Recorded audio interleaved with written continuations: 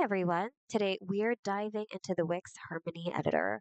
This interface is designed to bridge the gap between creative freedom and structured design, where you'll be able to navigate and create easily through its drag and drop controls, plus a built-in AI support, which is called Aria.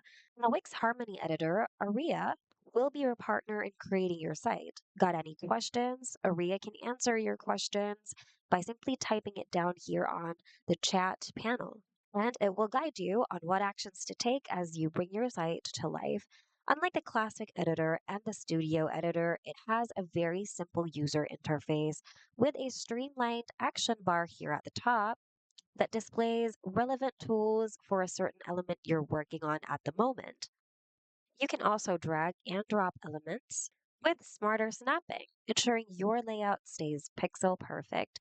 The Wix Harmony Editor is all about working smarter instead of harder. It gives you high level control while handling the technical heavy lifting in the background. Want to give it a try?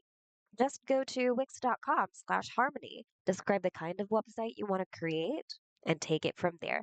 Thanks so much for watching today's video. We'll see you in the next one.